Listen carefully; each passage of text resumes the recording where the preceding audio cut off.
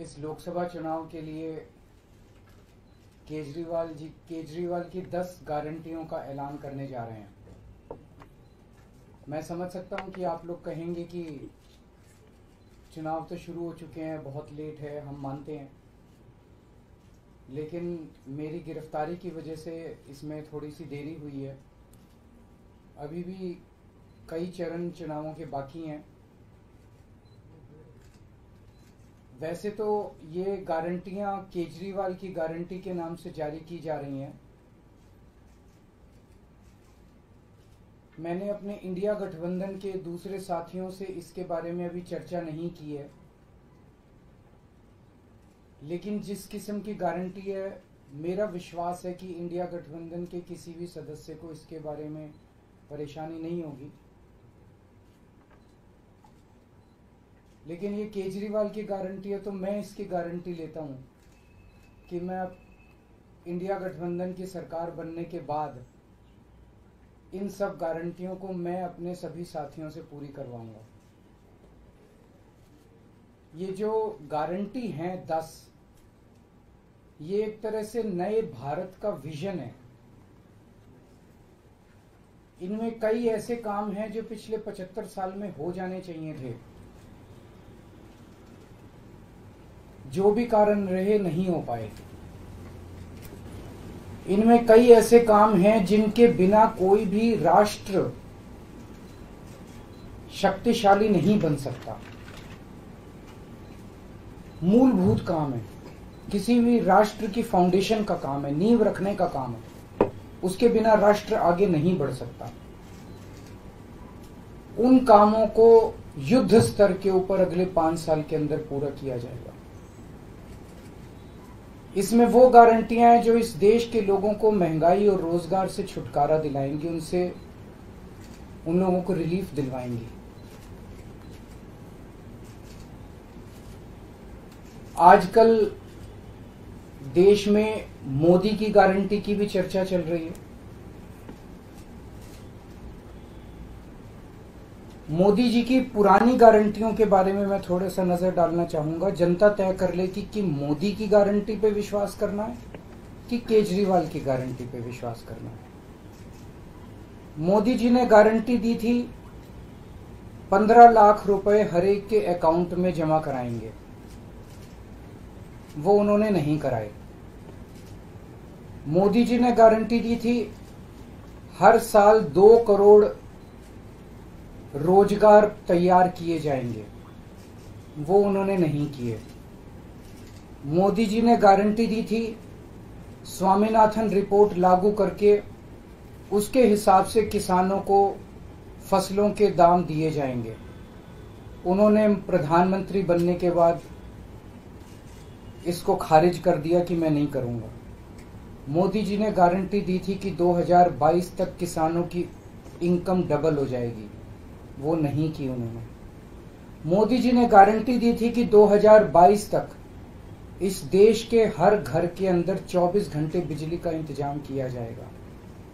आज भी देश के कोने कोने तो छोड़िए, देश के कई शहरों के अंदर बिजली के लाले पड़े हुए हैं, बिजली के बड़े बड़े लंबे लंबे पावर कट लगते हैं।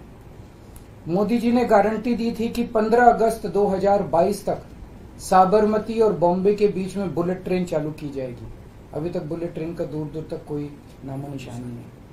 मोदी जी ने गारंटी दी थी 100 स्मार्ट सिटीज बनाई जाएंगी। अब तो शायद ये प्रोजेक्ट ही खत्म हो गया, कोई स्मार्ट सिटीज। इस तरह की ढेरों गारंटी दी थी जो कि कोई गारंटी पूरी नहीं हुई। इसके पहले जब जब चुनाव आए, केजरीवाल ने गारंटी दी थी दिल्ली में और पंजाब में बिजली मुफ्त करेंगे, हमने बिजली मुफ्त कर दी। हमने गारंटी दी थी बिजली 24 घंटे करेंगे, हमने बिजली 24 घंटे कर दी। हमने गारंटी दी थी शानदार स्कूल बनाएंगे, हमने बच्चों की शिक्षा के लिए शानदार स्कूल बनाए। हमने गारंटी दी थी मोहल्ला क्लिनिक बनाएंगे, हमने जितनी गारंटी दी थी सारी गारंटी पूरी की। तो एक तरफ है मोदी की गारंटी, एक तरफ है केजरीवाल की गारंटी। मोदी की गारंटी का हम देख चुके हैं कि मोदी की गारंटी यकीन करने का लायक नहीं है। और अब तो अगली साल चूंकि मोदी जी रिटायर होंगे, तो उनकी रिटायरमेंट के बाद मोदी की गारंटी कौन पूरी करेगा, इसका भी कोई वो नहीं है। और केजरीवाल की गारंटी, केजरीवाल यही है, कहीं नहीं जा रहा, तो केजरीवाल की गारंटी पूरी करने की गारंटी केजरीवाल लेता है। 10 गारंटी क्या है मैं एक एक करके बताता हूं। सबसे पहली गारंटी है, देश के अंदर 24 घंटे बिजली का इंतजाम करेंगे। कैसे करेंगे? हमारे देश में 3 लाख मेगावाट बिजली प्रोड्यूस करने की क्षमता है, कैपेसिटी है। देश की पीक डिमांड, गर्मियों के अंदर पीक डिमांड देश की सबसे ज्यादा डिमांड होती है 2 लाख मेगावाट। तो आज हमारा देश जितनी बिजली पैदा कर रहा है, पैदा कर सकता है, जितनी डिमांड है उससे कहीं ज्यादा बिजली पैदा करने की हमारी क्षमता है। लेकिन मेरे घर के अंदर फिर भी पावर कट लग रहे हैं। क्यों? मैनेजमेंट खराब है। दिल्ली में भी यही हाल था, पंजाब में भी यही हाल था। बिजली तो थी लेकिन मैनेजमेंट खराब था। हमने मैनेजमेंट ठीक करके दिल्ली में भी 24 घंटे बिजली का इंतजाम किया, पंजाब में भी किया, देश में भी करके दिखा सकते हैं क्योंकि हमें एक्सपीरियंस है। देश के गरीब लोगों को बिजली मुफ्त दी जाएगी। दिल्ली में करके दिखाई, पंजाब में करके दिखाई, पूरे देश के अंदर फ्री कर सकते हैं। 1.25 लाख करोड़ रुपए का खर्चा आएगा। एक एक कैलकुलेशन करके लाया हूं मैं हवा में गारंटी नहीं देता। केजरीवाल की गारंटी एक ब्रांड है मार्केट के अंदर। अगर हम कुछ बोलते हैं तो वो पूरी करते हैं। तो 1.25 लाख करोड़ रुपए का खर्चा आएगा। 1.25 लाख करोड़ रुपए हम इंतजाम करेंगे। 1.25 लाख, उसके अंदर पूरे देश के गरीबों को 200 यूनिट बिजली मुफ्त मिल सकती है। आज भी हमारे देश के गरीब लोगों को ये बिजली की पहली गारंटी थी। दूसरी गारंटी है शिक्षा की। कोई भी देश तब तक तरक्की नहीं कर सकता जब तक उसके हर बच्चे को अच्छी शिक्षा का इंतजाम ना कर दिया जाए। अगर किसी देश के अंदर ढेरों लोग अनपढ़ हैं, अगर किसी देश के अंदर ज्यादा बच्चे, कई बच्चों को बिलो स्टैंडर्ड, सब क्वालिटी, गंदी बेकार शिक्षा मिलती है, वो देश कभी आगे नहीं बढ़ सकता। आज हमारे देश के अंदर सरकारी स्कूलों का बुरा हाल है। 10 लाख सरकारी स्कूलों के अंदर 18 करोड़ बच्चे पढ़ते हैं जिनका कोई भविष्य नहीं है। दिल्ली के अंदर हमने करके दिखाया, पंजाब के अंदर करके दिखाया। देश के सारे सरकारी स्कूलों को शानदार बनाएंगे, अच्छे बनाएंगे, प्राइवेट स्कूलों से भी बेहतर बनाएंगे। और इस देश के अंदर पैदा होने वाले हर बच्चे के लिए, चाहे वो अमीर का बच्चा हो चाहे गरीब का बच्चा हो, अच्छी, शानदार और फ्री शिक्षा का इंतजाम किया जाएगा। अगर आप अमीर हैं, अपने बच्चे को प्राइवेट में भेजना चाहते हैं, भेजिए। लेकिन आप अगर सरकारी स्कूल में अपने बच्चे को भेजते हैं तो प्राइवेट स्कूल से किसी 1% भी कम नहीं होगी उस शिक्षा की क्वालिटी। ऐसी शिक्षा का इंतजाम गांव-गांव के कोने-कोने, देश के कोने-कोने में अच्छी शिक्षा का इंतजाम करेंगे। दिल्ली में किया, पंजाब में किया, हमें करना आता है, हमारी नीयत है। हम ये काम आजादी के वक्त हो जाना चाहिए था लेकिन नहीं हुआ। देर आए दुरुस्त आए, आजादी के 75 साल बाद भी हो गया तो बहुत अच्छी बात है। इस काम को करने के लिए 5 लाख करोड़ रुपए लगेंगे। 2.5 लाख करोड़ रुपए केंद्र सरकार देगी, 2.5 लाख करोड़ रुपए राज्य सरकार देगी। हर साल 5 साल में हर साल 50,000 करोड़ रुपए का खर्चा आएगा केंद्र सरकार को। 50,000 करोड़ तो कुछ भी नहीं है। अगर 50,000 करोड़ रुपए सालाना खर्चे में मेरे देश के बच्चा अगर 18 करोड़ बच्चों को अच्छी शिक्षा मिल जाए, इससे अच्छा और क्या हो सकता है। तीसरा, स्वास्थ्य। अगर मेरे देश की जनता स्वस्थ होगी, बीमारी नहीं होगी, तो देश तरक्की करेगा। पढ़ी लिखी जनता होगी, स्वस्थ जनता होगी, तो ये 140 करोड़ लोग ही तो इस देश को आगे ले जाएंगे। कोई एक प्रधानमंत्री थोड़ी देश को आगे ले जाता है, जनता आगे ले जाती है। तो सब लोगों को अच्छे इलाज का इंतजाम करेंगे। आज अगर किसी को के घर में कोई बीमार हो जाए, बड़ी बीमारी हो जाए, सरकारी अस्पतालों का बुरा हाल है पूरे देश के अंदर और प्राइवेट वालों ने लूट मचा रखी है। पूरे देश में कोने कोने में, हर गांव में, हर मोहल्ले में मोहल्ला क्लिनिक खोला जाएगा। शानदार डिस्ट्रिक्ट हॉस्पिटल जितने हैं उनको मल्टी स्पेशलिटी बना के उनको शानदार प्राइवेट हॉस्पिटल्स की तर्ज पे बनाया जाएगा। और इस देश में पैदा होने वाले हर व्यक्ति का पूरा इलाज मुफ्त होगा, इंश्योरेंस के आधार पे नहीं होगा। ये बहुत बड़ा स्कैम है। जितनी सरकारी राज्य सरकारें, केंद्र सरकार इंश्योरेंस आधारित जो स्कीम बनाती हैं, ये सब बहुत स्कैम है इंश्योरेंस कंपनीज के साथ। हम इंफ्रास्ट्रक्चर क्रिएट करेंगे, कोने कोने के अंदर, गांव गांव के अंदर इंफ्रास्ट्रक्चर क्रिएट करेंगे, हेल्थ इंफ्रास्ट्रक्चर क्रिएट करेंगे, अस्पताल बनाएंगे, मोहल्ला क्लिनिक बनाएंगे, ताकि लोग वहां जाके अपना इलाज करा सकें और सबका इलाज मुफ्त होगा, चाहे अमीर हो चाहे गरीब हो। इसके लिए भी 5 लाख करोड़ रुपए का खर्चा आएगा। 2.5 लाख करोड़ राज्य सरकार देगी, 2.5 लाख करोड़ केंद्र सरकार देगी। 5 साल के अंदर 5 लाख करोड़ रुपए, हर साल 50-50 हजार करोड़ का खर्चा आएगा। राष्ट्र सर्वोपरि हमारी चौथी गारंटी। चीन ने हमारे देश की जमीन पे कब्जा कर लिया। हमारी केंद्र सरकार से जब भी पूछा जाए वो कहते हैं कोई नहीं आया, कुछ नहीं हुआ। सब जानते हैं, पूरी दुनिया जानती है, सैटेलाइट का जमाना है, सबके पास तस्वीरें हैं कि किस तरह से चीन ने हमारी सरजमी के ऊपर घुस के और उसकी हमारी जमीन के ऊपर कब्जा कर लिया। जुठलाने से समस्या का समाधान नहीं होगा, लोगों से छुपाने से समस्या का समाधान नहीं होगा। हमारे देश की सेना के अंदर बहुत ताकत है। हमारे देश की सेना को एक बार इजाजत तो दीजिए, उसको स्वतंत्रता तो दीजिए काम करने की, वो देखिए आपको जीत के लाती है। तो हमारे देश की जितनी जमीन पे चाइना ने कब्जा किया हुआ है, उस जमीन को चाइना के कब्जे से छुड़वाएंगे। इसके लिए एक तरफ डिप्लोमेटिक लेवल पे एफर्ट्स किए जाएंगे और सेना को पूरी स्वतंत्रता दी जाएगी कि वो इसके बारे में जो कदम उठाना चाहे कदम उठा सकती है। सेना को आज जो रोका जा रहा है वो रोका नहीं जाएगा। आज हमारी ये अग्निवीर योजना जो है कि हमारे युवाओं को फौज में भर्ती करके 4 साल के बाद निकाल दिया जाता है। लोगों की एक ओनरशिप नहीं बनती। 4 साल के बाद अगर आप निकाल देंगे तो एक तरह से हम सेना को सबसे कटिंग एज लेवल के ऊपर हम कमजोर कर रहे हैं।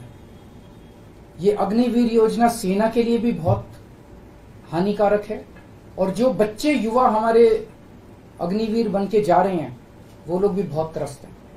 अग्निवीर योजना को बंद किया जाएगा। जितने बच्चों को अभी तक अग्निवीर में शामिल किया जाए उनको पक्का डिक्लेयर किया जाएगा, उनको पक्का राष्ट्रीय सम्मान भी नहीं मिलता संस्कार के समय, तो उनको पक्का किया जाएगा, उनको पक्का डिक्लेयर किया जाएगा। और सेना के अंदर ये ठेकेदारी के ऊपर एक तरह से कच्चे में अग्निवीर तो कच्ची नौकरी हुई ना, कच्ची नौकरी ये बंद की जाएगी और वापस पक्के के अंदर बच्चों को लिया जाएगा। और सेना को ये अग्निवीर योजना लाए थे क्योंकि केंद्र सरकार का मानना था कि सेना के ऊपर उनकी तनख्वाह और उनकी पेंशन के ऊपर पैसा ज्यादा खर्च हो रहा है। सेना के ऊपर, उस देश की सुरक्षा के ऊपर जितना पैसा खर्च करने की जरूरत है उतना पैसा खर्च किया जाएगा। देश की सुरक्षा के साथ खिलवाड़ नहीं किया जा सकता। छठी गारंटी किसानों के लिए। किसानों को आप इज्जत की जिंदगी दे सकते हैं अगर आप उनको उनकी फसलों के पूरे दाम दे दें। किसान कोई भीख नहीं मांग रहा, किसान अपना हक मांग रहा है। किसान अपनी बारिश में, धूप में मेहनत करके और अपनी फसल उगाता है और उसके बाद जब उसको फसलों के पूरे दाम नहीं मिलते तब वो अपने ऋण नहीं चुका पाता, आत्महत्या करने के लिए मजबूर होता। अगर आप उसकी फसलों के दाम सुनिश्चित कर दें तो किसान को आपसे कोई फेवर नहीं चाहिए। स्वामीनाथन रिपोर्ट के आधार के ऊपर किसानों को उनकी फसलों के सभी फसलों के पूरे दाम एमएसपी के आधार पर पूरे दाम दिलवाए जाएंगे। 7वीं गारंटी, दिल्ली को पूर्ण राज्य का दर्जा दिलवाया जाएगा, जो दिल्ली वासियों का कई दशकों से दिल्ली के लोगों का हक है। बेरोजगारी, आज पूरे देश का युवा बेरोजगारी से त्रस्त है। इसके लिए हमने बहुत डिटेल्ड प्लानिंग की है। हमारे मंत्रियों ने, हमारी टीम ने बैठ के, सब लोगों ने बैठ के कि 1 साल के अंदर 2 करोड़ रोजगार का इंतजाम किया जाएगा ताकि हमारे युवकों को बेरोजगारी से निकाला जा सके। ये प्रोडक्टिव और इफेक्टिव एम्प्लॉयमेंट होगी। भ्रष्टाचार, बीजेपी की वॉशिंग मशीन को चौराहे के ऊपर खड़ा करके तोड़ा जाएगा। बीजेपी की वॉशिंग मशीन इस देश का भ्रष्टाचार का सबसे बड़ा कारण है। सबसे बड़ा सोर्स जो है वो बीजेपी की वॉशिंग मशीन है। ईमानदार लोगों को जेल भेजने और बेईमानों को संरक्षण देने की आज जो मौजूदा व्यवस्था है इस व्यवस्था को समाप्त किया जाएगा। दिल्ली और पंजाब में जिस तरह से हमने भ्रष्टाचार पे दोनों लेवल पे, छोटे लेवल का भ्रष्टाचार और बड़े लेवल का भ्रष्टाचार, हमने जो वार किया है, उसी लेवल पे इफेक्टिव तरीके से पूरे देश को भ्रष्टाचार से निजात दिलवाई जाएगी। और 10वीं और आखिरी गारंटी व्यापारियों के लिए, अगर किसी देश के अंदर व्यापारी और उद्योगपति खुल के व्यापार नहीं कर सकते, अपने व्यापार को नहीं बढ़ा सकते, तो वो देश कभी तरक्की नहीं कर सकता।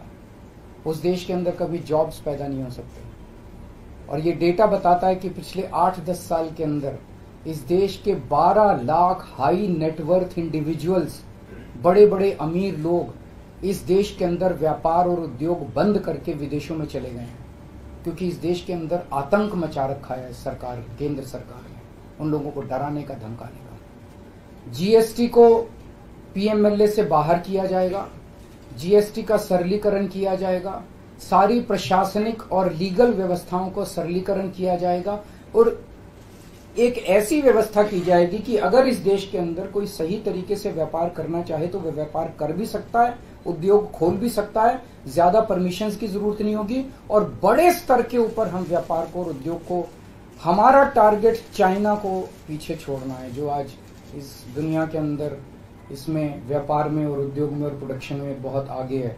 हमारा कंपटीशन उनके साथ है। तो इसके लिए सभी व्यापारियों को, उद्योगपतियों को आगे बढ़ने का मौका दिया जाएगा। ये हम लोगों की 10 गारंटी है और मजबूत गारंटी है और मैं समझता हूं कि देश को इन सब उससे तरक्की मिलेगी। अगर आपके कोई प्रश्न है तो। वॉशिंग मशीन वाली बात कही, तो क्या इसका मतलब है कि जो कार्रवाई हो रही है वैसी कार्रवाई आप लोग करेंगे? नहीं, हम कह रहे हैं वॉशिंग मशीन तोड़ेंगे।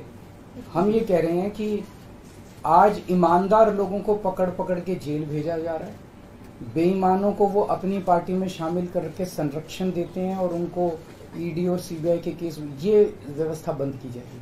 जो असली बेईमान है, जिन्होंने असली में बेईमानी की है, उन लोगों को पकड़ा जाएगा। इस तरह से पॉलिटिकल तरीके से विक्टिमाइजेशन बंद किया जाएगा।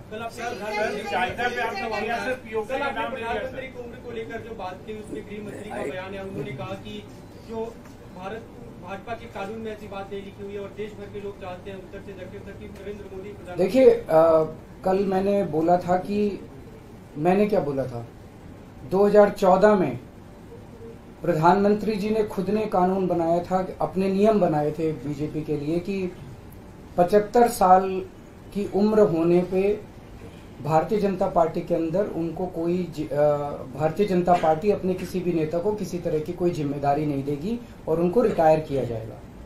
उस नियम के आधार पे आडवाणी जी को रिटायर किया गया, मुरली मनोहर जोशी जी को रिटायर किया गया, सुमित्रा महाजन जी को रिटायर किया गया, यशवंत सिन्हा जी को रिटायर किया गया, रीता बहुगुणा जोशी जी को रिटायर किया गया, संतोष गंगवार जी को, कई लोगों को रिटायर किया गया, यशवंत सिन्हा जी को रिटायर किया गया।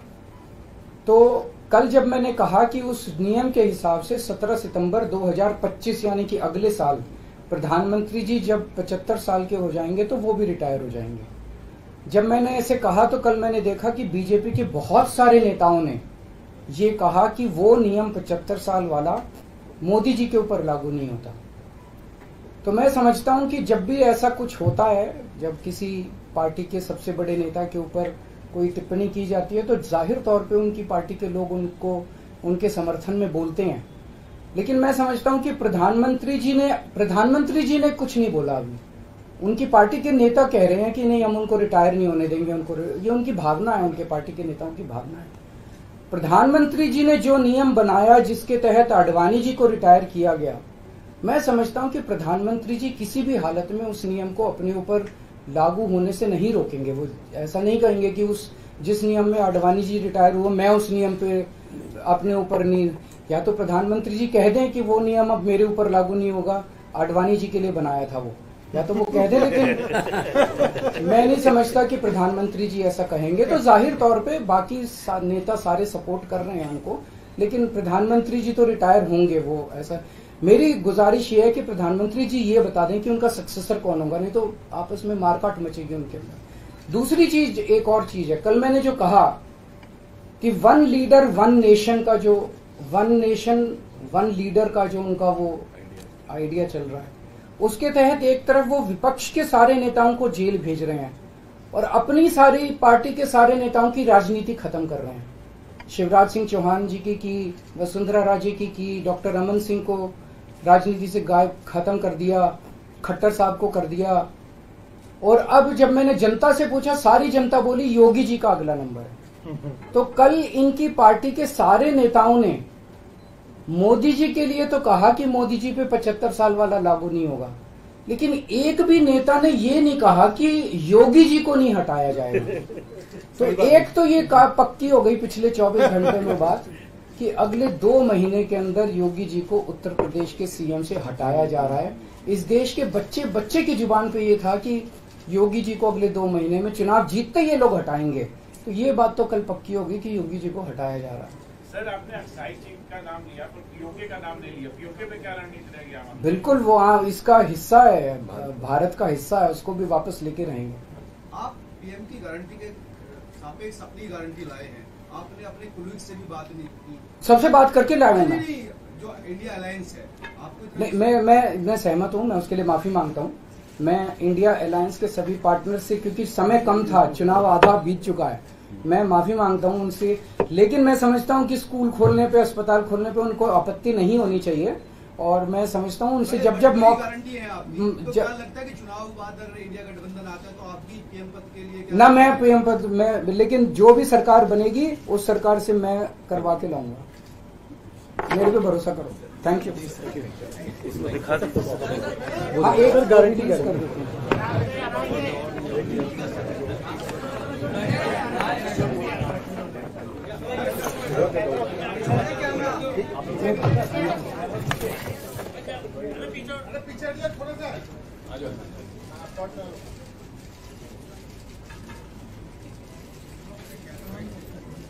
Thank you. How many seats are you winning in Delhi? Out of your contesting 22 seats in all, so how many seats are you expecting to win? Delhi में सारी बीजेपी बीजेपी हारेगी सारी, जितनी है माहौल आप एक बार ही जाके देखो। आपको तो, आप तो सारे पत्रकार घूमते ही रहते हो। आज शाम को 2 जगह जा रहा हूँ, मोती नगर और दिल्ली से बाहर। अभी जो फिक्स हुआ है, क्या क्या है? बिहार में महाराष्ट्र 17 तारीख को है, 16 तारीख को रांची है शायद, पंजाब उसके बाद है 16 तारीख को सुबह रांची है, शाम को पंजाब है, 15 तारीख को लखनऊ है, और भी बन रहे हैं अभी। Sir, will you be PM if India Alliance getting power? Akash.